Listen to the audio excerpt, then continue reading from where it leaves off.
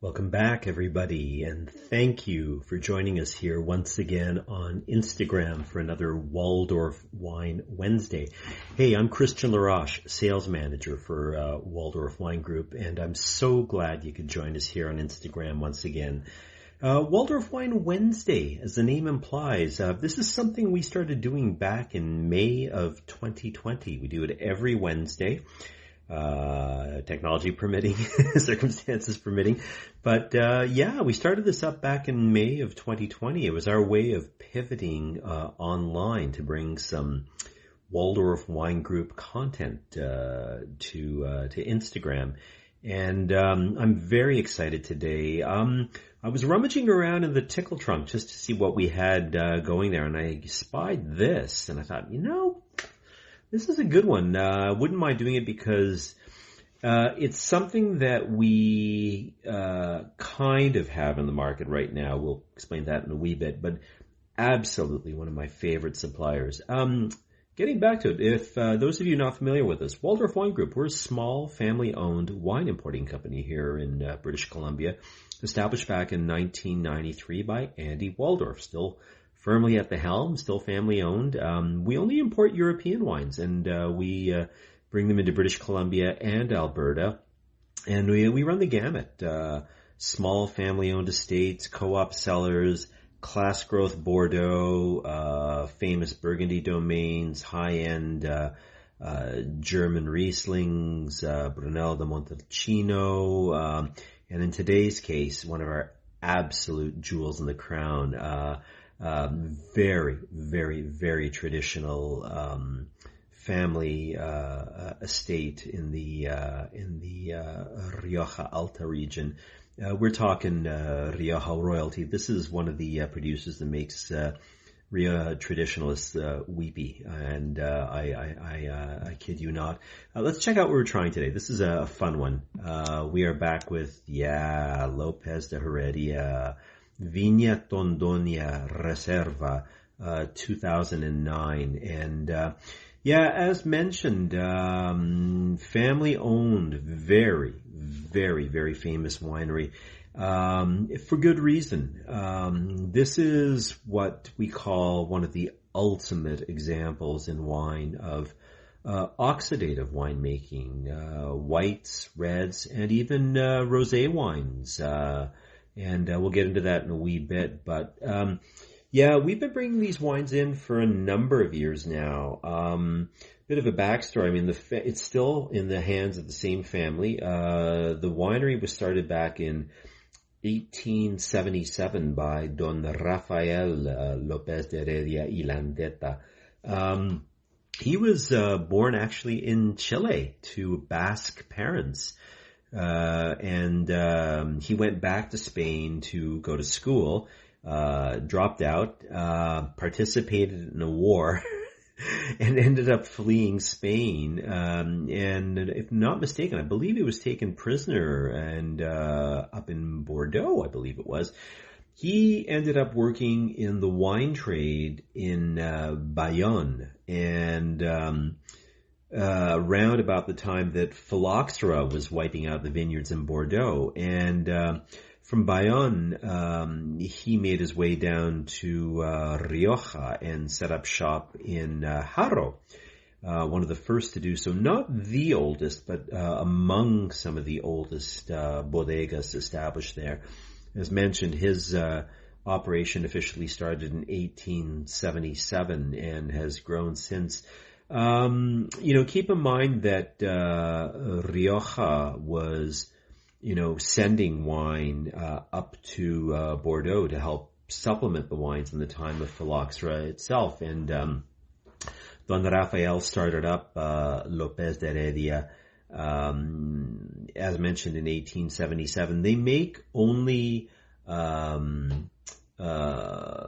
reds, whites, and rosado from their own vineyards. They have 4 different vineyards covering now 182 hectares, all organically farmed. Everything is done very, very, very slowly, very, very traditionally. Point I wanted to make is the thing that's very unique, one of the things that is very unique about Lopez de Heredia is they treat their wines, red, white, or rosado, they treat them the same. They make wines the way they like them, not according to fashion. They're not making all experimental wines. They just make the wines. They keep making them the same way that their forefathers made them. It's fourth generation now, run by three siblings, Maria Jose Lopez de Heredia, her sister Mercedes, who is the winemaker, and their brother Julio Cesar, who looks after the vineyards. We had Lopez de Heredia out here a number of years ago. They were at the first edition of Top Drop, and we've had them out several times. These are wines that we only get one allocation of. They're only available now in private shops and restaurants. We have very little in at the moment right now. We actually do have a little bit of this wine. The wine that I'm showing here, this is a half bottle. This is a 375 ml bottle, and I thought it would be interesting. This is the 2009 vintage. Now we're currently on the 2011 vintage. Tells you how long they hang on to these wines. We'll get onto that in a moment here. But I thought this would be an interesting experiment to look at something in a smaller format, which technically should age the wine in bottle a little bit quicker than it would in the standard 750 ml format rather. But it gives us a good talking point about the philosophy of the wines as well too, and how this wine, a half bottle of Rioja Reserva, is showing it now at 15 years old. So I thought that would be a good hopping off point. But we were talking basically about how the winery treats all their wines the same way, red, white, or rosado. Long barrel aging in old American oak. So that's basically the process. Now, traditionally, Rioja wines, that was always the classic ingredient. Tempranillo-based wines aged in American oak. So American oak, wider grain, it can be sawn. Because of the wider grain, the wines could impart a little bit more of the diacetyl character if they wanted that. Think of those big buttery California shards, those big butterscotch infused ones. That's the diacetyl taking, playing its part. But that's not what we're looking for here in Lopez de Heredia. These are much, much older barrels. They have their own cooperage. They make all their own barrels and vats in-house. They make all their own harvesting tools. They make all their own harvesting baskets. Like, everything is done in-house. The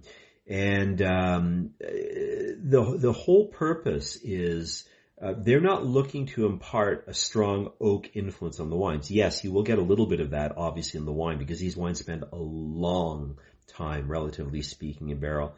To give you an example, the wine that we're trying here today, okay, this is the 2009. Technically, this is a Rioja Reserva wine. Now, they make Reserva. They also make Gran Reserva. That's all they make with Tondonia. But technically, for a Rioja Reserva, it has to be released at least 3 years after the harvest, of which it has to have spent 1 year in barrel. For this wine has spent 6 years in barrel and 5 years in bottle before they even consider releasing it. So as I mentioned, the current vintage we have available here in the market now, we have a couple of cases left of 750 ml. We actually have a little bit of 375 ml, and actually we have a case of Magnums still available as well too. If you're interested, drop me a line or DM me. Put that into perspective, right? A wine that has to be released in its third year with 1 year in barrel. This wine is kept basically for 11 years, 6 years in barrel, 5 years in bottle before they even consider releasing it. And that's just the way it is. Now, that's the style that they like. And my running joke is you can always tell that Lopez de Heredia is not owned by a bank or an insurance company, because nobody else would hang on to these wines for such a long time. And they like to release the wines when they feel they are ready to drink. The Cubillo, another vineyard, and we're going to bring these up here in a moment on the Google Earth map. The youngest wine that they've available, their Crianza wine, is 2016 vintage. And the same thing too, even though for Lopez de Heredia, it is their Crianza wine. Any other winery in Rioja releasing a wine of that age could technically call it their Grand Reserva. So even the most modest, humble wine from Lopez de Heredia would qualify as Grand Reserva for anybody else. And as mentioned, the long barrel aging, they do that for all their wines, white, red, and even Rosado. They make a rosé wine, a Grand Reserva. Until very recently, it was the only Grand Reserva, Rioja Rosado, the Tondonia Grand Reserva Rosado, which we get very, very, very little of. Tiny, just a couple of 6-packs each order. Even that, they only release it when it's 10 years old. A 10-year-old rosé. Who does that? Well, Lopez de Heredia does. Aging it for a long time in neutral oak. So we're not imparting a strong oak influence on the wine. But what that does is that lets microscopic amounts of oxygen permeate the wine as it ages. And what that does, that helps to with the polymerization of tannins. So what it does is it lengthens the tannin chain, smooths out the flavors and the textures in the wine. What happens is normally if you get a young wine, your saliva, the protein in your saliva interacts with the tannins in the wine. That's what gives it that mouth puckering astringency. Well, Lopez de Heredia likes to age their wine for a long time in that oxidative atmosphere to smooth out the wine, to really give the wine complexity and layers of flavor. And that's why they release it when they feel that it's ready to go. Now, let's have a caveat here. We have to be very, very careful who we sell these wines to, which is why now we're only offering these wines at private retail and restaurants, because we feel that these wines, they need to be talked about. Customers need a little bit of guidance when they're handling a wine like this, because if, say, we sold one of these wines to somebody who likes, say, a big fruit bomb, a big GSM wine from, south of the equator, or, a big, Zinfandel or Argentinian Malbec or something like that, big, bright, very fruit-driven wines like that. This might not be your cup of tea. And especially I find with the white wines that take on, what happens is as they age for such a long time, the white wines darken. They take on a very, very deep, almost, they look like apple juice or chicken stock or maple syrup, very deep golden colored, and then they take on aromas, secondary aromas of very, very developed fruit. Still got great acidity. These wines have high natural acidity, red, white, rosado. But the whites especially can take on slightly sherried notes. The reds, again, too, never get much beyond 12.5%, 13% alcohol. But they have more of a developed character, leathery fruit, a little bit more slightly desiccated fruit, very, very complex, but still good juicy acidity. So they're not everybody's cup of tea, but if you're a lover, say, of Old Bordeaux or Burgundy or Barolo or something like that too, you might like this style, because it's a very classic old school style, as you can tell by even the packaging. We have this very old school label. This is the old tamper-proof netting that normally you'll find it comes up above the capsule here. What I do is I pull it down and I twist it into the bottom of the bottle, and I find it makes for a nicer presentation when doing a tasting or when having a dinner party. But that was one of the old traditions that they kept going. That's what that was there before, was to show that nobody had tampered with the wine. I think this might be a good time. Let's get our bottle out of shot. We're going to pull it up here on the Google Earth map and just line a few things up here before we try the wine. So we are in very north-central Spain. Here's Madrid, and then go due north here. We're basically about 77 kilometers south of Bilbao along the river Ebro. And I'm just going to borrow a map from Wine Folly. And this is the Rioja map here. So To the east and southeast, this is the Rioja Oriental. This is the region that used to be called the Rioja Baja, warmer region. A little bit more Grenache-based wines in this region too, so opulent, a little more alcoholic, a little bit more fruit-driven. Then up here in the northern section, north of the river Ebro, actually split into two sections here. This is the Basque region of the Rioja. This is the Rioja Alavesa. And then here, just west of Logroño, is the Rioja Alta. And then up here is the town of Haro. Very, very famous town. I'm going to pull it up again on the Google Earth map. And I highly recommend Haro. It's a fantastic place to visit. Here's the town itself. Oopsie, it's a hilltop town, a small hilltop town, and it's a great place to visit. If you ever visit in the center of the town, I stay in a converted convent, which is now a hotel called Los Agostinos here. It's a beautiful place, highly recommended. But just north of the town itself here, north of the plaza, there is what we call, this is the Barrio del Estación, the railway district. And it's a roll call of very, very famous traditional wineries here. Cune, Compañía Vinícola del Norte de España, who we, Waldorf Wine Group, we used to import them many, many years ago. Great, great wines. Bodegas Bilbanas here, and then across the way is Bodegas Muga. Another traditional winery here, Gomez Cruzado, which I believe are back in the market now. I think they had a change of ownership a while ago. La Rioja Alta here. And then up at the top here is a bit of a juxtaposition. It's a great place to visit because a lot of different styles. This is Rhoda, a very, very modern space-age winery run by a Catalan couple. And then right next door to that is Lopez de Heredia, Vina Tondonia. Total labyrinth of cellars. Really, really, really fascinating. And they are basically situated in this situation here. So all the vineyards, I'll tell you what, let's pull up the vineyard map here. Here we go. So the bodega is down here, like as I mentioned, right next door to Rhoda. But the vineyards themselves, 182 hectares. They're split up into 4 different vineyards. The namesake vineyard here is Tondonia. Tondonia was, it's 115 hectares, 104 hectares of red, 11 hectares of white grapes.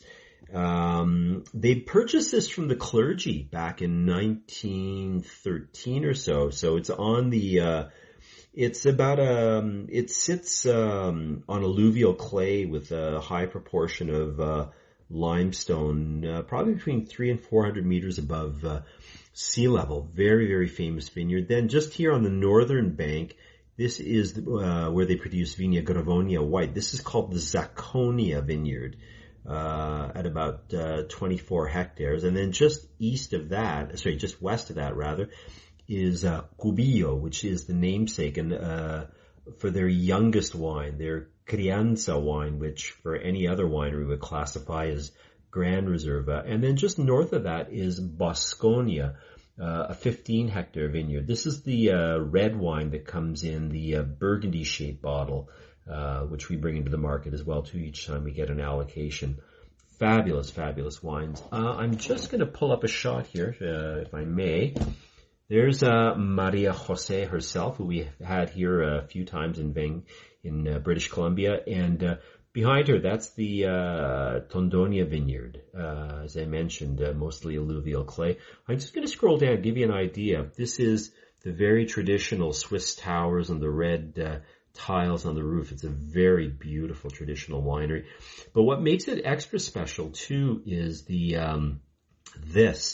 all the labyrinth of cellars and all the barrels that they carry. They, as I mentioned, they have their own cooperage, and if you notice, there's a lot of mold and penicillin mold growing there, and they don't move anything.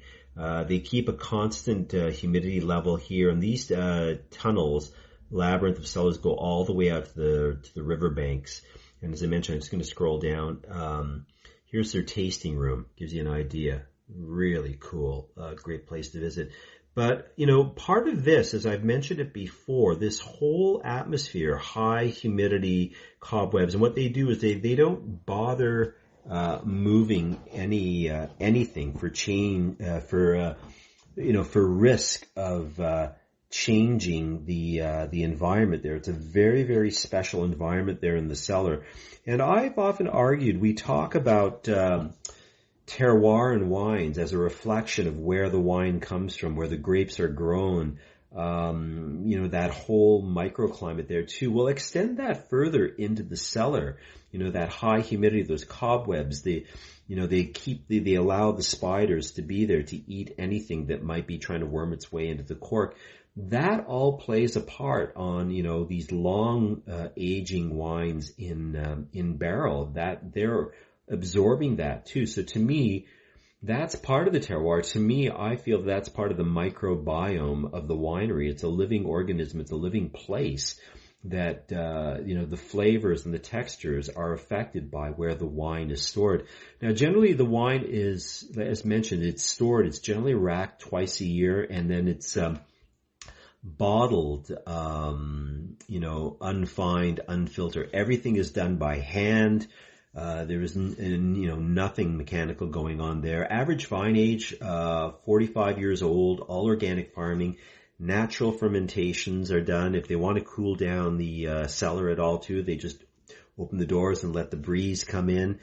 Here's where it gets interesting as well too. We mentioned that Lopez de Heredia has their own cooperage. They make and repair all their own barrels. Are kept in and vats. And at any given time, there's 14,000 barrels. That is mind-blowing. Think about how much wine that is, and how much that costs to store it. At any given time, there are 18 different vintages being stored at a given time. That's insane, to think that a winery can still do that. Think about this too. Most of us as consumers, we generally do not have the capacity to long age wines or to store wines for that long. We either don't have the facilities or the patience. So these wines are not, how should I put it? They're not cheap. But for the quality of the wine and what they're able to deliver and all the time, effort, care, and expense that goes into making and storing and getting these wines to market, you're getting a piece of history. Nobody else makes wines like these. So it's a pleasure to be able to enjoy something like this that's ready to go, that you don't have to keep in your own cellar like that. So these are historical wines, and we are absolutely thrilled to be able to bring them into market. And I thought this would be a good example of what to expect with Lopez de Heredia wines. I've had a long time love affair with these wines. I lived in Spain many, many years ago, but even before that, even before I got into the wine business many years ago, I was a member of the National Capital Sommelier Guild when I lived back in Ottawa. And we did a tasting with the wines of Lopez de Heredia at the National Gallery of Canada. And we tasted wines going back to 1964, and I was blown away. My father was a French-Canadian pilot, and he brought back wine from all over the world, and that's how I caught the wine bug. Lopez de Heredia was one of my epiphany wines, and I always vowed that if I ever got into the wine business, I would make it a point of trying to represent their wines, and I'm very, very pleased to say that I've managed to do that now for a number of years. So I'm very happy for that.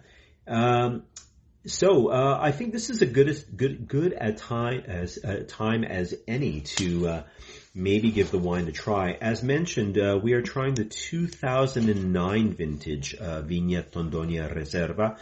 As mentioned, Reserva wines by Rioja regulations, generally you're looking at something that's released 3 years after the harvest and having had to spend at least 1 year in barrel. Well, this wine blows through that equation. having spent 6 years in barrel and 5 years in bottle before they even consider releasing it. Now, I'm trying a half bottle. This is a 375 ml bottle, which, the smaller volume in the bottle generally speeds up the aging process. And I always sample the wine ahead of time, just give it a pre-taste just to make sure nothing's off or things like that too. This wine is amazing. Oh my goodness. This is really catching it in a great spot right now. I got to tell you, this wine is drinking really, really well. Check out the color. Lopez de Heredia. These wines, they remind me a little bit of Barolo because sometimes they're shockingly pale. Like this wine has got that beautiful, I can't show it to you really so much here, but it's got such a beautiful pale ruby center with definitely some evolution on the rim. You're getting a little bit of that warm, starting to brick a little bit around the meniscus. But to me, it's all about the nose. Oh man, endless smells. You get that deep berry fruit and some of that cedar. David, you're talking about aeration as well, eh? That's a bit of I would say a bit of a hot button. We've had Maria Jose Lopez de Heredia herself here, and we asked her, and she is always a big proponent. She says, "Do not decant my wine." Her big thing is, she says, because the wine it's an oxidative style of winemaking. She says that if you put this wine in a decanter, the rapid introduction of oxygen will actually knock down the wine. It'll make it go dumb again. I don't know. I mean, I tend to put a little bit in my glass. I mean, and you get a certain amount of oxygen. What I do is I open the bottle. I leave the cork on. You're not going to be introducing that much oxygen into the small vessel. And that's usually how I do it. But her whole thing is pour it in the glass, follow it in the glass, see how it develops, see how it unfolds. Yes, I know that makes for long meals, long dinner parties and things like that too. And the other thing is, if you buy the wine and you decide you want to put it in a decanter, I tend to use, this is my Riedel, Vinum, Riesling Chianti glass, basically. It's, when I used to work for the liquor board in Ontario. I was a product consultant working at vintages, when I lived back in Ottawa. And this is our standard tasting glass size. It's a good sized bowl. It's probably about a 12.5 to 14 ounce bowl. Not too big, not too small. I don't think it, limits what's in the glass. But the other thing too is I've had some of these, massive glasses that look like a fishbowl on a stick that I think allow a lot of oxygen. They're almost like having a decanter on a stand or something like that. It's crazy. But yeah, I don't think this is over the top. But I think this is a good way to follow it. I don't think that answers the question, but yeah, I'm kind of a traditionalist myself. I like to pour a little bit in and just follow it as I go. And what I'll sometimes do as well, is I'll recork it. I love these half bottles. I keep them around the house, and when I'm done with them, I wash them, and I'll keep a lot of wine in there. I'm not a big, I don't use the Corvin generally. I'm still not sold. I think it does do something to the wine myself a little bit. I find my wines that I've tried from Corvin can get a little bit spritzy.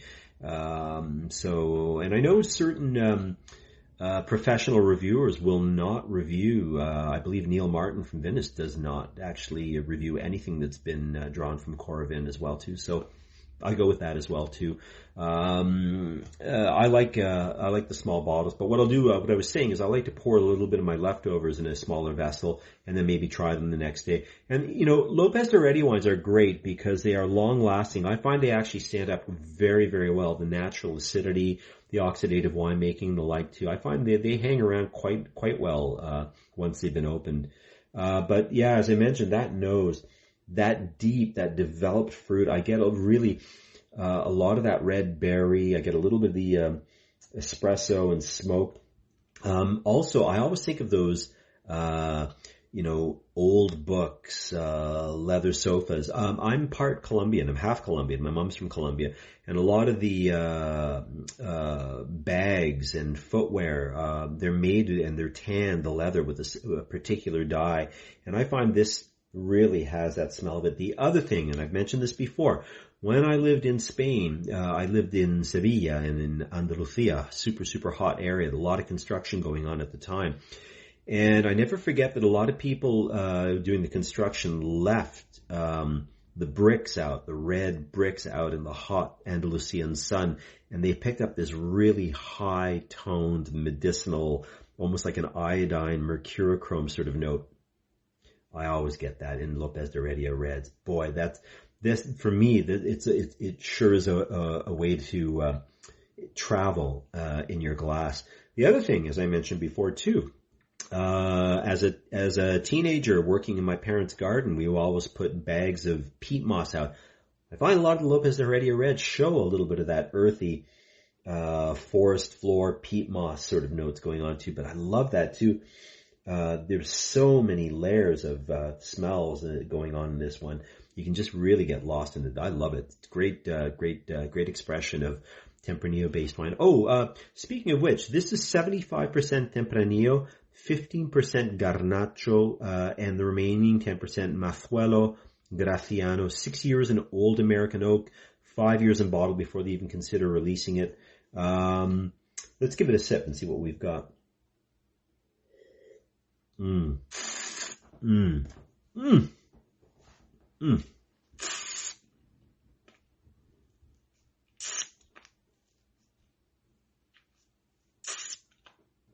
Wow.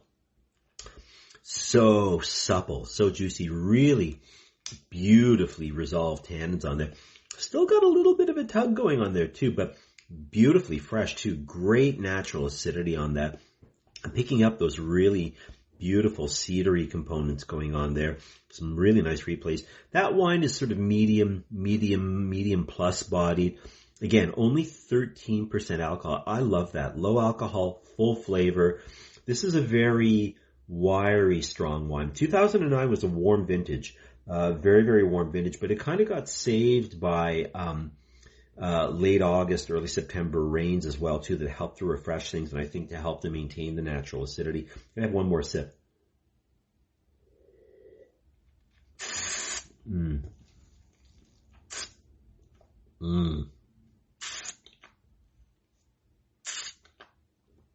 Boy, earthy, beautiful, supple, silky. That's really got that peacock's tail. That really opens up.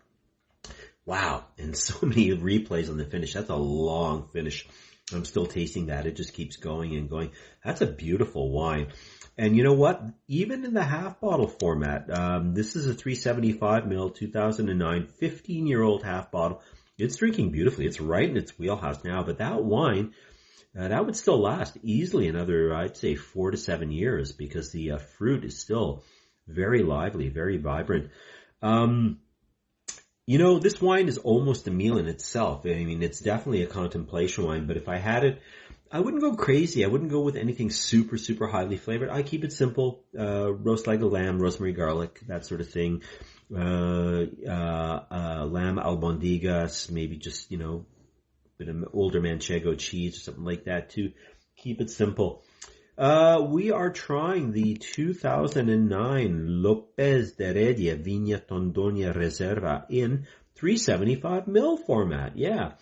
As mentioned, I'm not trying to do a bait and switch here, but I did have this in my cellar. I wanted to give it a try. We actually do currently have 2011 is the current vintage. You might still find a bit of the 2010 in some of the other private shops. Some people might have it kicking around. Look around the province. Few people do carry the wine. We still have a wee bit left in the warehouse in 750 ml. I think we have 2 cases left. We still have some 375 mils of the half bottles, and we still have 1 case of magnums.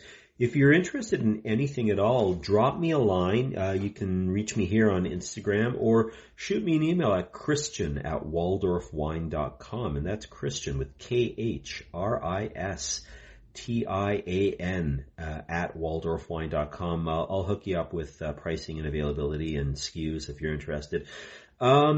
We get these wines in generally once a year. We get our allocation. We are not going to have anything else here probably until early in the new year at this point. Check in with us. We carry a few Riojas now too. We're also carrying Ametzola de la Mora, not a new winery, actually a fairly old winery. We feature them here on Waldorf Wine Wednesday in the past. We have a bit of that still available, 2018 Crianza and 2015 Reserva. Different style for sure. They are not as traditional as long aged, different interpretation. As mentioned, Lopez de Heredia, this is the ultimate example of traditional long-aged oxidative style winemaking Rioja, and we are so happy to be able to bring these wines into market here in British Columbia and Alberta as well. What else have we got? Not much more to report. It's been kind of quiet. A lot of our wineries, a lot of our customers too, were just coming back after the long weekend, getting ready as fall approaches. We're waiting for a few things. We're still digging out a little bit after the rail stoppage there, the brief rail stoppage, and getting our supply chains back in order. Some more Loire wines are about to arrive. Our single vineyard Cabernet Franc Saumur les Épinards is coming back in stock. Just sold out the last 2 cases.